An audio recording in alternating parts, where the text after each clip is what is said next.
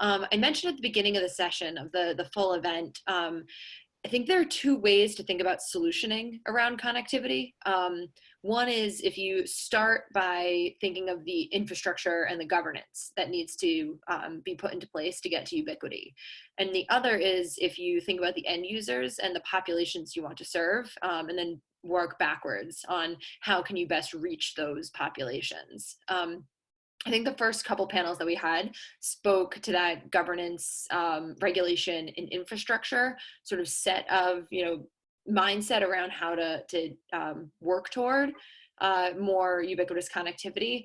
And this last session that Allison hosted talked a bit about some of our population and some of our end user and sort of how are we supporting with that framework around solutioning. Angela and Jim, I'm going to ask us to go big and do both, and talk bridging both how are we thinking about infrastructure in order to get to ubiquity and around the individual populations or different populations that we want to be that we need to make sure have access. And then Avi, I'll note you also added the other piece in. We've been talking about connectivity, and I don't want to overcomplicate things, but as you said, connectivity is one piece. There's also Allison talked about a three-legged stool earlier. I call that the connectivity, device, and digital literacy three-legged stool. And so Jim and Angela, if you want to talk to either of the other two legs of that stool, we'll give space and time for that during the session, but focusing a lot, I think, on that first leg, that connectivity leg, because it's a lot. So that said, I just want to quick introduce Jim and Angela, and then I'll pass the floor over to them, having a local and a national perspective on this, which is really cool. So Jim, from the local side, has been an educator in the West Warwick public school systems for over 30 years, has a ton of experience, and we've got a few ed tech directors on the line as well. Jim has been talking about this need in the ed tech community for a long time, and Jim, we are listening. And so naming for Jim that he works, I'm now reading your bio, Jim. Supports for students, teachers, support staff, parents, administrators across the board, officially titled the Director of Educational Reform, Compliance, and Technology. And has worked, and like I said, Jim's worked at the state level, thinking about sort of visionary next gen thoughts for connectivity for education. And Angela's got an equally impressive background working at a local, state, and now national level.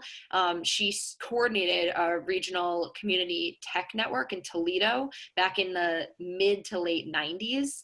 And so we can, hear about how that went now coming on, 20 plus years ago. And then moved on to work doing statewide initiatives, and now runs the National Digital Inclusion Alliance, which since I think 2015, Angela, check me if I'm wrong on that, when you helped get the group off the ground. And NDIA does a ton of important convening, advocacy, and information and knowledge sharing across for federal delegations and across the country.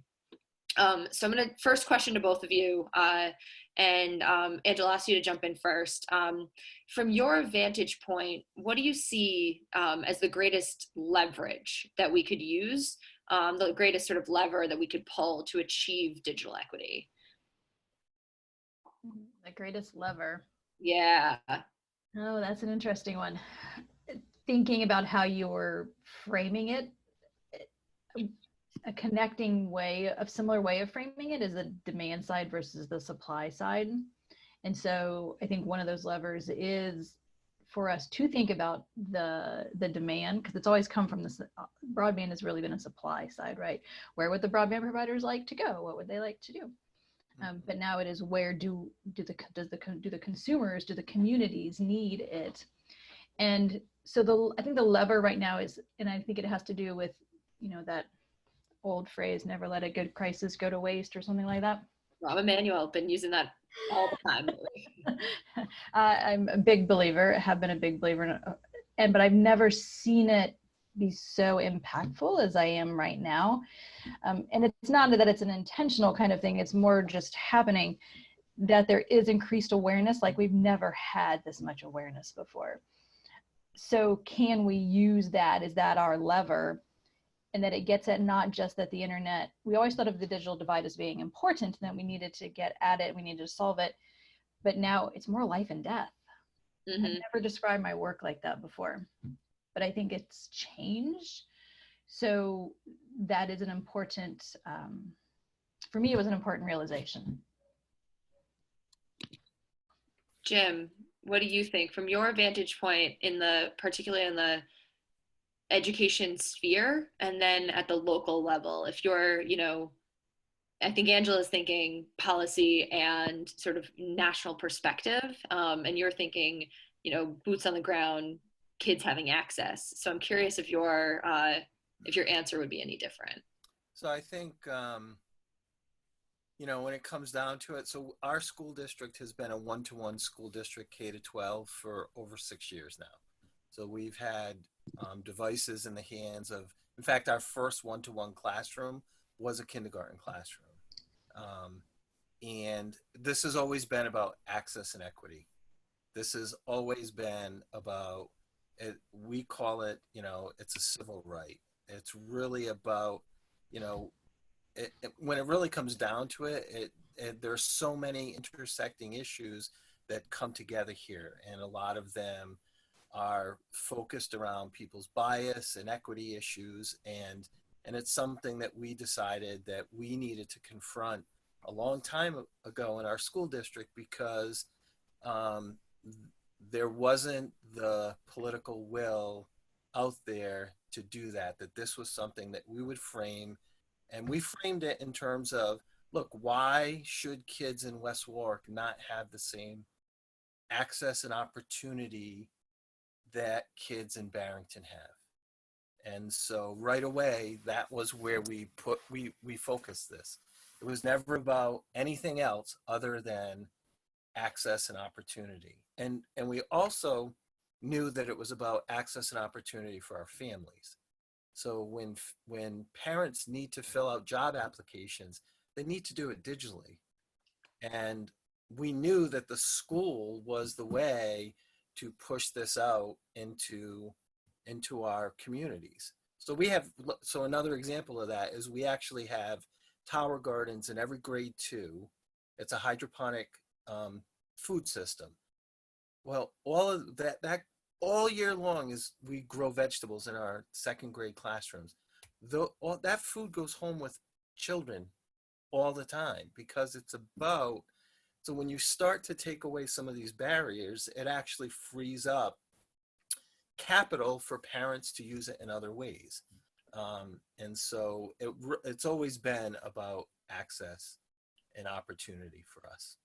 So I think that that's the lever right now, that this is a civil right that every person in our community deserves.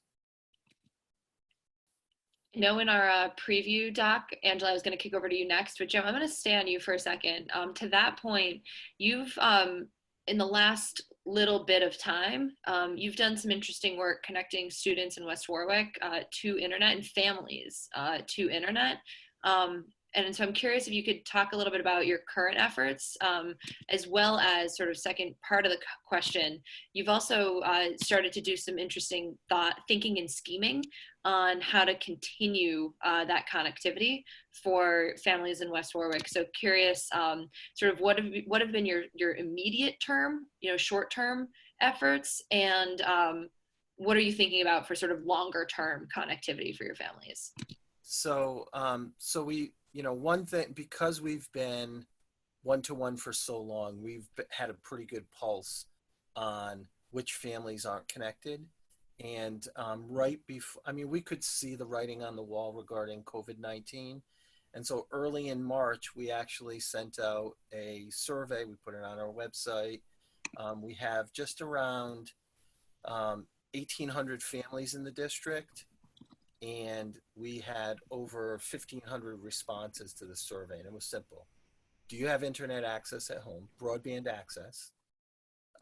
Do you have unlimited cell data that if you don't have access, that you can use to provide access for your child should we have to do distance learning. And what we learned was that we had just about 8% of our families that didn't, 100 families didn't have internet access. And to us, that was an easy solution right away. We called up our local providers, we called up Cox and said, look, we're willing to pay for this for our families. And so we got 20 jetpacks as well from Verizon, and we started to work right away with our families and helping them through the application process for Care to Compete and all of those other low-cost services that are out there, and then argued on their behalf, and really worked with the providers to say, look, okay, they have bills in arrears, you know, we're going to pay for this, so you need to look past that. And we had great conversation and great solutions that we helped develop with Cox, and you were pushing forward as well from the state level. So all of that converged at a point in time, but those are all temporary solutions, right? I mean, what we know is we have a great fiber backbone from Ocean that goes through every community. We want to start working with our town and putting laterals out into the neighborhoods and throwing wireless access. So if you're in our community and you live near a school, you can jump on our Wi-Fi. I mean, we have a section that's open for our families. So families in some of our neighborhoods that are close to the school and Title I schools, they've always jumped on, but that's not a real solution either, right? The solution is working with government and with the schools and in providing this service, because again, it's about access and opportunity. And why shouldn't the kids in my community have access and opportunity that other people don't even think about? Jim, can you jump in? Yeah, because I was going to ask a question. Yeah, do it. Jim, can you talk a bit more about what that advocating for the families looks like? Is that a per family kind of advocacy that you're doing, or is that, okay, dear Cox, we have 20 families in a certain situation? How do you go at that? So one of my colleagues, who's a central office administrator, he has worked almost every single day since this started and serving as an advocate for every single family, right? So we had to commit those human resources to say this is so important. And the folks that we're talking about need an advocate because there are so many obstacles. Even though Cox was willing to suspend some of the policies that they had in place, well, that was at a certain level in the company that hadn't quite trickled down to the people answering the phones.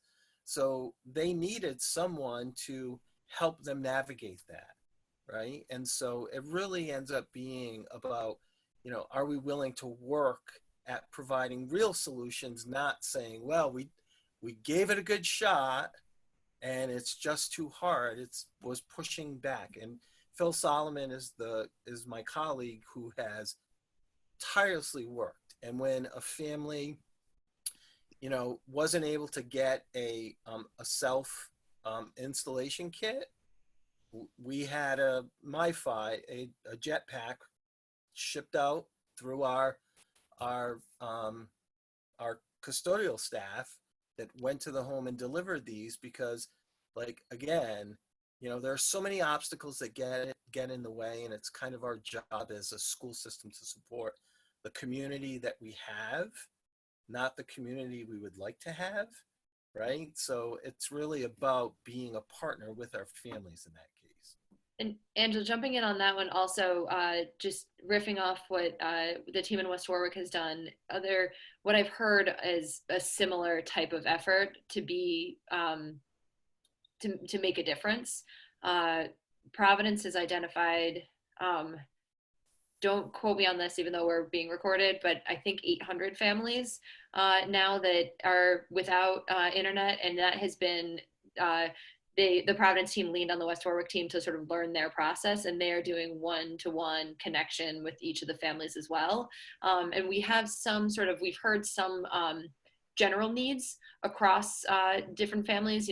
Jim mentioned past due bills and some families who are in arrears with Cox.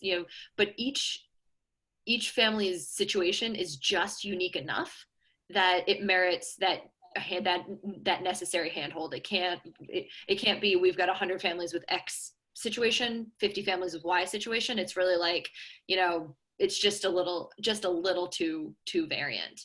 But I'm curious. So the other thing that the team at West Warwick is looking at, and we've seen with some of our local libraries as well, and we've heard from the NDIA community about expanding out the school-based or library-based Wi-Fi to be able to reach communities and households close to, and create sort of a district. To Jim's point, it's not just the school. The school district is not just the physical buildings of your school. It's the community in which your students live as the district, and how do you leverage all of the resources of that community, and sort of think about the district as a geographic holistic area, and not, the 6 physical buildings. And Angela, I'm curious if you have other examples or other localities that are in the NDIA community that are thinking similarly, or that you sort of like to uphold. From the infrastructure side, we had a couple people reference Chattanooga and some other places earlier, but from a digital equity perspective, are there any unique models that we might be looking to as examples? Unique models in terms of getting the infrastructure to everyone is really hard. Yeah. Right? So the unique models that are out there tend to be, extending that internet from the school building or the library. But the temporary solution of helping folks sign up for those discount offers, it can actually be a pretty real solution, because it doesn't go away. As long as they remain eligible, they keep that internet connection. So we actually think of like the what Cox is offering as a pretty real solution that's out there. I don't think it gets, and there are multiple internet service providers have these free and discount offers. I don't think they get the awareness that they should be getting, because it is a real resource. And I think it's so awesome, Jim, that you have a staff person that's helping people sign up for that real resource. I wish that were everywhere. NDIA has been encouraging and promoting more of that. And maybe it's a school, but maybe it's a library. Sometimes it's a community-based organization.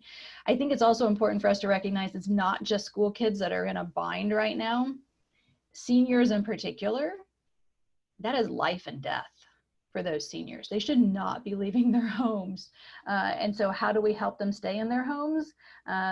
Broadband. It is sort of, I talk about this as sort of like the foundation. It's not, I liked what Mackie said earlier about 5G. He said 5G is a technology, not a solution.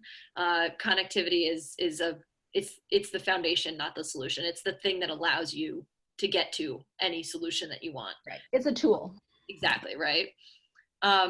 So a question on that front about sort of the infrastructure then, and the public-private partnership component. Angela, what you said was, the offerings like Cox Connect Compete, which is amazing, but only available for K-12 families locally. And so there is that need that isn't met. But curious about your thoughts on if there's a sort of best governance model, or what the right, sort of role is of municipal versus private, or public versus private in bridging this digital divide.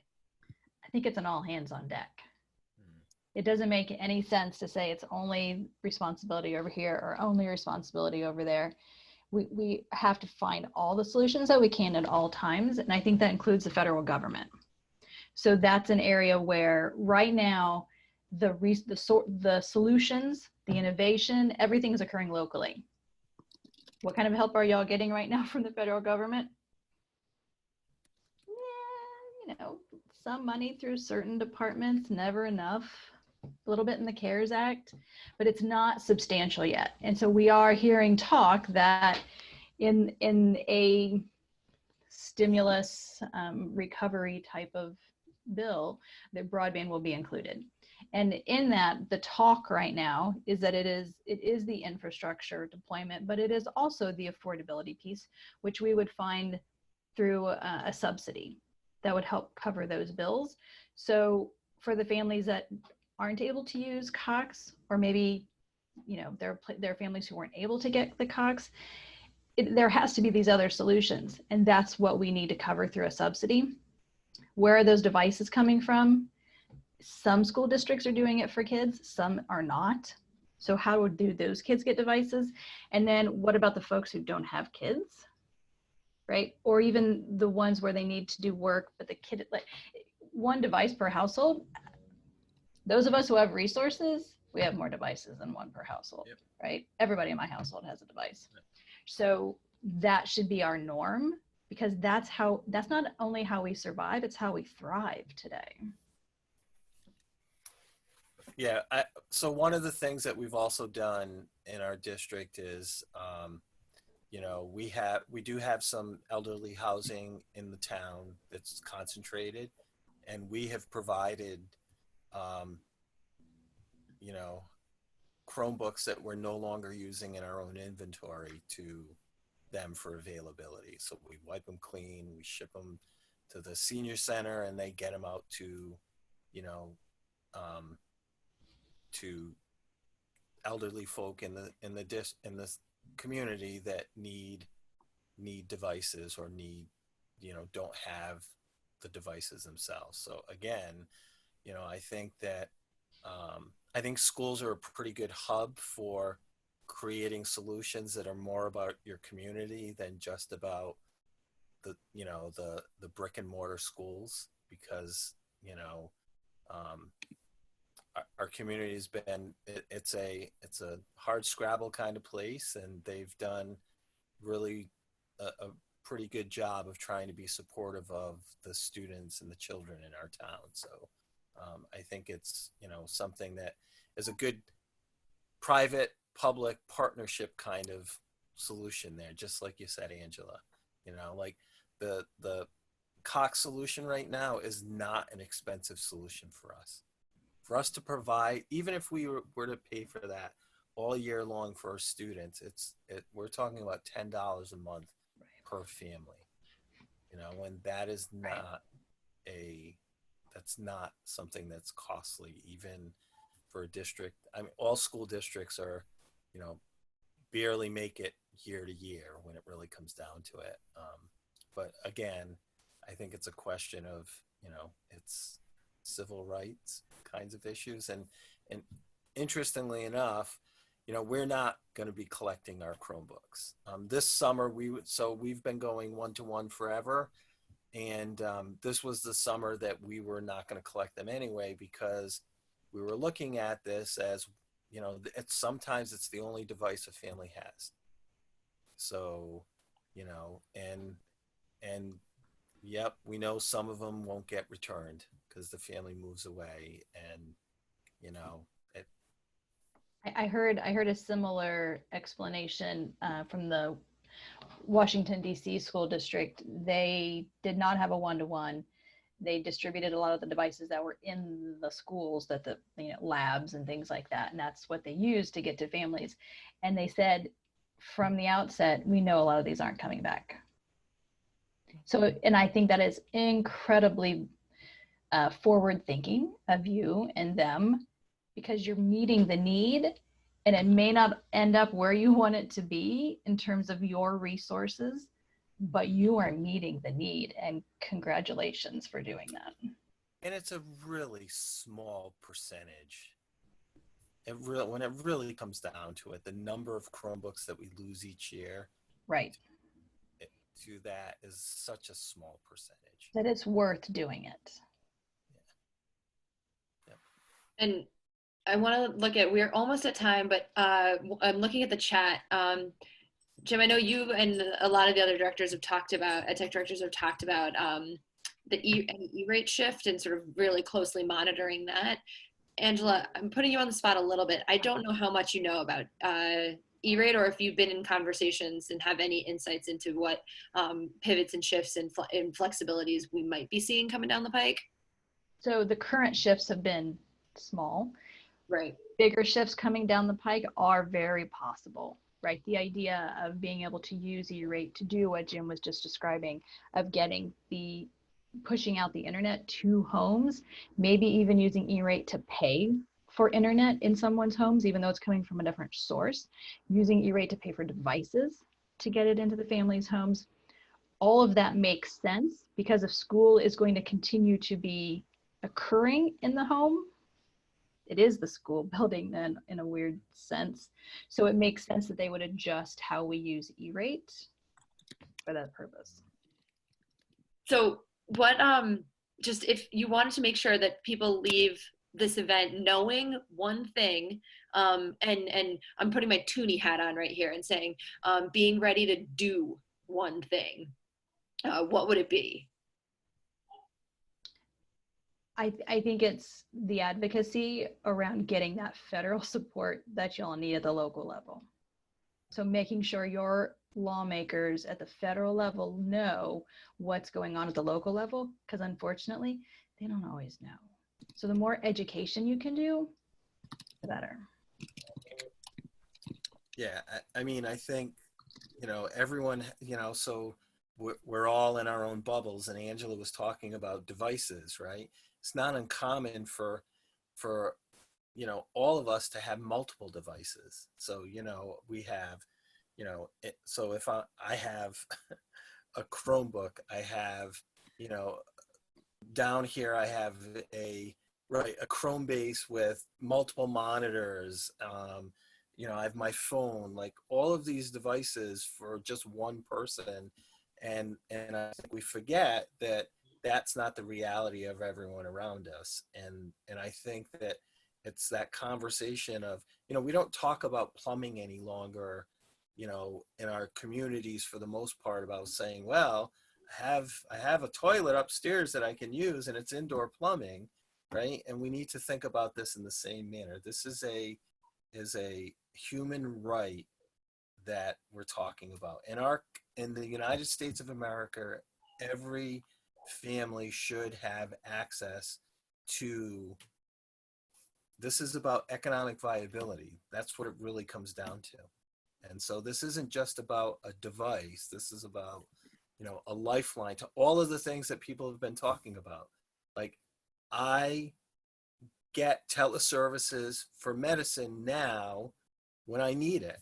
So that shouldn't be something that is just available to me because of, the resources that I have available to myself. And so I think that it really is about the fact that this is a basic human right that we need to keep reminding people about. I love it. One of the stat we use is 1 in 5 Rhode Islanders don't have access to in-home internet. So if we think about the internet as opening doors to opportunity, those doors are closed for 20% of our state.